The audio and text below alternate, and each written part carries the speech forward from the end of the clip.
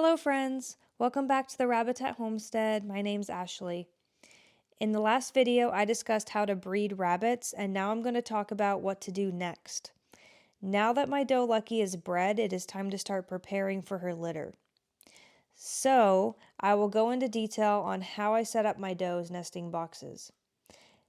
Now, after I bred Lucky, I made sure to document in the date on my rabbit breeding log.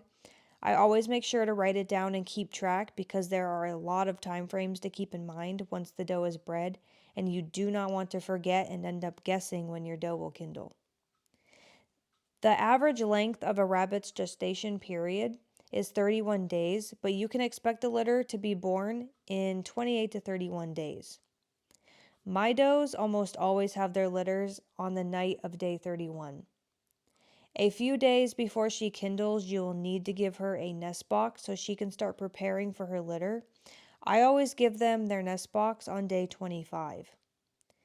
Now, there are a couple different types of nest boxes you can use, such as a wire or metal nest box, but I prefer to use the wooden nest boxes because we can customize them and build them the way we want them. And rabbits also like to chew, and it kind of gives them something to chew on as well. The nesting materials I use are wood shavings and hay. But don't use just any type of wood shavings. I use aspen shavings.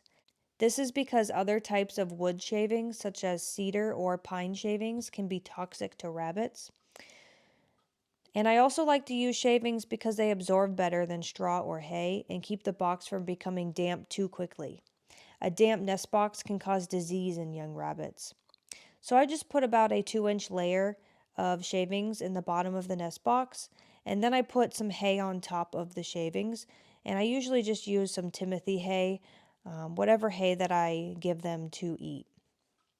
Then I go ahead and put it in my doe's hutch, and I always make sure to give her extra hay outside of the nest box so she can fix the box the way she wants it. Knowing how much nesting material to give her really depends on the time of year. During the winter months, she needs a lot to keep her litter warm, and in the summer, I still give her plenty of material, but after she kindles, I will remove some of the fur from the nest so her litter does not get too warm. So during the next few days, until she kindles, you may see her stuffing her mouth full of hay. This is just her preparing for her nest box for her new litter. In the past, with first-time does, I have seen them sometimes try to make their nest in the corner of their hutch rather than in their nest box. When this happens, I just take the nest she made and set it in the nest box.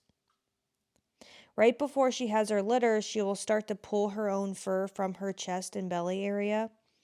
So this is the fur that I mentioned I sometimes remove from the nest box in the summertime so the babies don't get too warm. And this fur provides a soft nesting material for her litter and keeps them warm, and also helps expose her belly to make nursing easier for her babies after they are born. So now that you know the time frame and how to prepare for the litter, it's important to know how to care for the pregnant does nutritionally.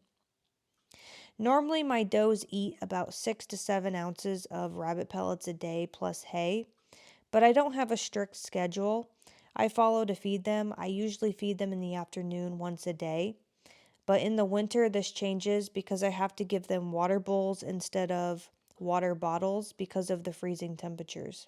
So when my doe is pregnant, I up the feed halfway through the pregnancy on day 15. This is when I start giving her unlimited feed. Right before she kindles, she will eat less the day or two before having her litter. I choose to continue to give unlimited feed while she has her litter with her until I wean them. And this is because she will need the extra feed so her body can meet its nutritional needs and produce milk for her growing litter. And the litter will eventually be eating it as well. Once the litter is weaned, I will go back to giving her her regular portion of food. With all this in mind, it's important to keep an eye on your rabbit's weight. This can help you decide how much feed they need.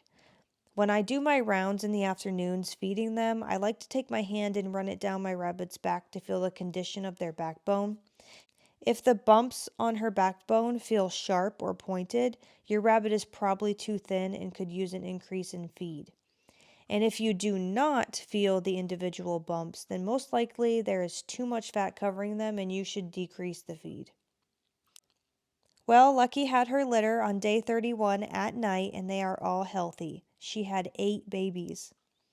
In my next video, I will go into detail on how to care for her newborn litter.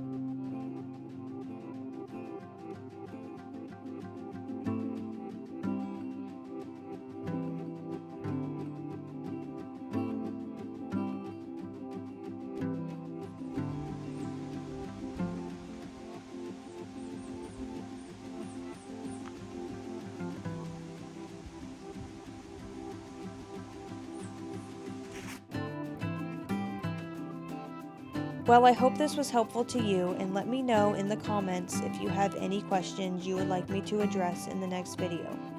In the meantime, I'll see you soon, and God bless.